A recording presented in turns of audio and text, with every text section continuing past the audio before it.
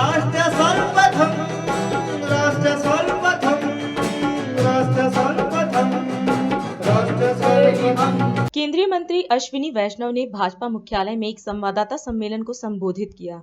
इस दौरान मीडिया से बात करते हुए केंद्रीय मंत्री ने कहा कि पीएम मोदी के नेतृत्व में भारत को अपनी वास्तविक क्षमता का एहसास हुआ है। पिछले 9 वर्षों में देश में बहुत बड़ा परिवर्तन हुआ है। पीएम मोदी के नेतृत्व में भारत का कद वैश्विक मंच पर अभूतपूर्व रूप से बढ़ा है। उनका अमेरिका दौरा ऐतिहासिक रहा।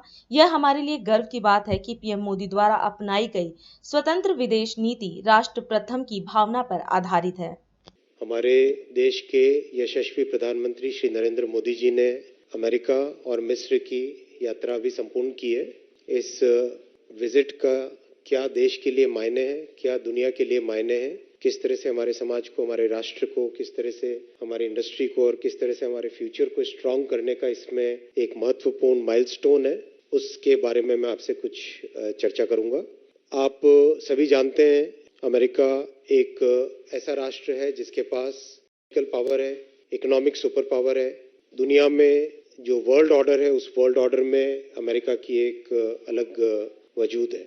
ऐसे देश ने आज भारत को एक बराबर के पार्टनर ऑफ इक्वल पार्टनर वाली जो भावना के साथ एक्सेप्ट किया है। एक उस तरह से समझौते किए हैं जिसमें भारत और अमेरिका दोनों मिलके काम करें।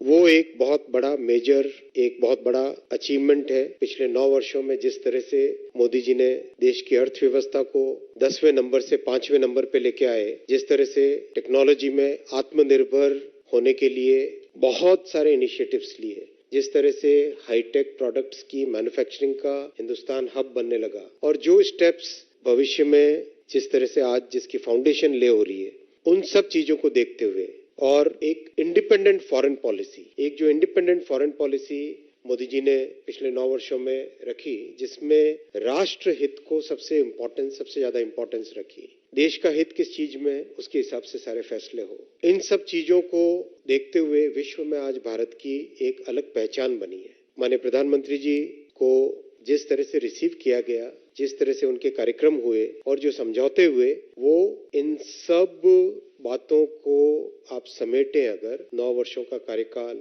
इंडिपेंडेंट फॉरेन पॉलिसी, आत्मनिर्भर भारत में नई टेक्नोलॉजीज को डेवलप करने का जो कॉन्फिडेंस है, जो एक लेवल है कि हम कर सकते हैं, नई से नई, डिफिकल्ट से डिफिकल्ट चीज को हम डेवलप कर सकते हैं, इन सब का निचोड़ है इस विजिट का सारांश है। हर भारतीय का सीना गर्व से चौड़ा हो जाता है जब हम देखते हैं कि व्हाइट हाउस के लॉन्स सभी भारतीयों के लिए खोले गए, जब हम देखते हैं कि प्रधानमंत्री जी के यूएस कांग्रेस के जॉइंट सेशन में एक जेन्युइन स्टैंडिंग ओवेशन बार बार होता है। स्पीकर तक खड़े होके स्टैंडिंग ओवेशन में भाग लेते हैं।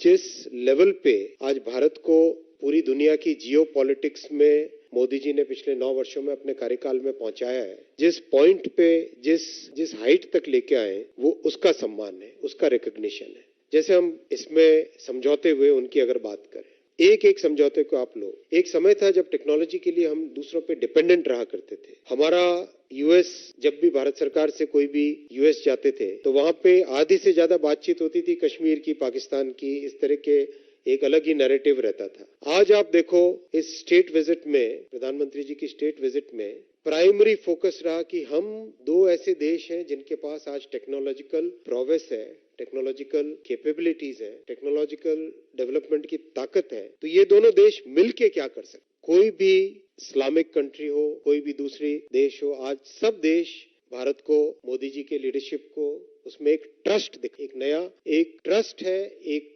क्लैरिटी ऑफ पर्पस है, जिस क्लैरिटी ऑफ पर्पस के साथ भारत के साथ एंगेज हो रहा है। राष्ट्र सर्वप्रथम